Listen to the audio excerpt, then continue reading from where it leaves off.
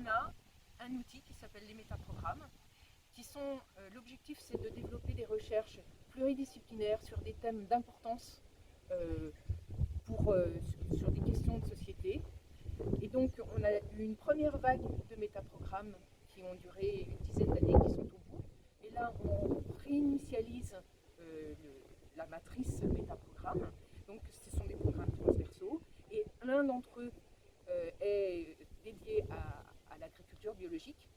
L'entrée qui est privilégiée sur ce métaprogramme, c'est de se poser la question de quelles sont les recherches nécessaires dans une perspective où l'agriculture biologique arriverait à 50%, soyons fous, des surfaces cultivées en France.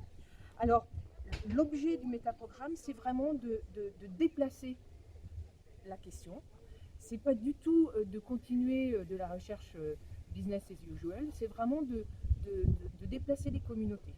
Donc notre objectif, c'est d'interpeller nos collègues sur cette question. Quelles sont pour vous les dimensions et les questions de science qui seraient présentes si d'un coup on visait et on arrivait à la moitié de l'agriculture biologique, enfin la moitié de l'agriculture française en agriculture biologique.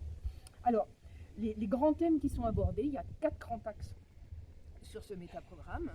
Il y en a une forcément qui concerne comment faire changer les systèmes, parce que la transition, même si on sait tous à peu près où on veut aller, la vraie question c'est comment on fait le chemin pour aller. Donc toutes les questions de verrou, changement et de transition. Il y a des questions importantes autour de la transfo, donc de la transformation. Quelles sont les questions qui vont être posées si d'un coup on veut, parce que si vous faites 50% bio, ça ne va plus être que de la vente directe. Il faut absolument développer des filières de transformation, des outils de transformation adaptés à l'agriculture biologique. On a une vraie question qui est la coexistence entre les systèmes, parce que forcément si l'agriculture biologique se développe beaucoup, à ce moment-là, des questions se posent sur qu'est-ce qui va se passer sur les marchés. Est-ce que le premium de prix va continuer à exister? Parce que forcément, on a des baisses de rendement, donc il faut rémunérer les exploitants pour le système qu'ils vont mettre en place. Comment est-ce que, aussi d'un point de vue technique, comment est-ce que une organisation d'un paysage avec beaucoup d'agriculture biologique, qu'est-ce que ça donne en termes de ravageurs, en termes de protection des cultures, de protection des animaux?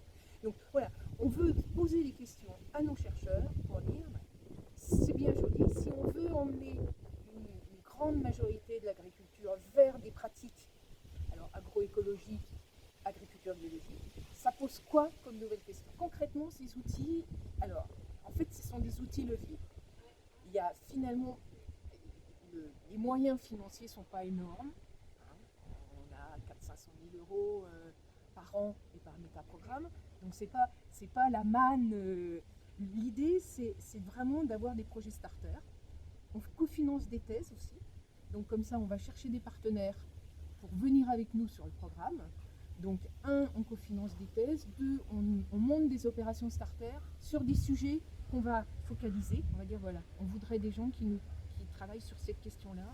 Et donc à ce moment-là, on va chercher les équipes et on veut qu'ils travaillent ensemble, sciences sociales, agronomie, écologie. On veut vraiment qu'il y ait une synergie entre les disciplines. Donc en fait, c'est vraiment une démarche volontariste avec pas finalement de gros moyens, mais les programmes précédents nous ont enseigné que ça marchait vraiment bien. Parce que en fait, on va chercher des gens en leur disant, mais voilà, on les appâte par une question intéressante. Et donc à ce moment-là, ils suivent. C'est rassembler des forces, ouais, des compétences, ouais, les unir pour aller vers le même but, décloisonner. Exactement, décloisonner les. Alors, on garde clairement à l'INRA des entrées disciplinaires. C'est important que les généticiens travaillent en génétique, que les économistes travaillent en économie, les agronomes en agronomie. N'empêche que il faut qu'on force le pas de plus pour qu'ils se parlent.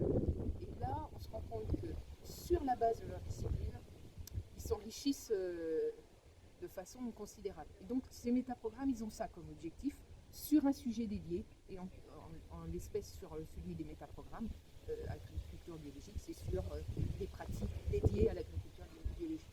y a combien de métaprogrammes en tout? Alors, tout de suite, donc on est sur la deuxième vague de métaprogrammes. Donc il y en a 3 qui sont lancés en 2020, dont l'agriculture biologique, un autre sur le bien-être animal, santé animale et bien-être animal, et le troisième,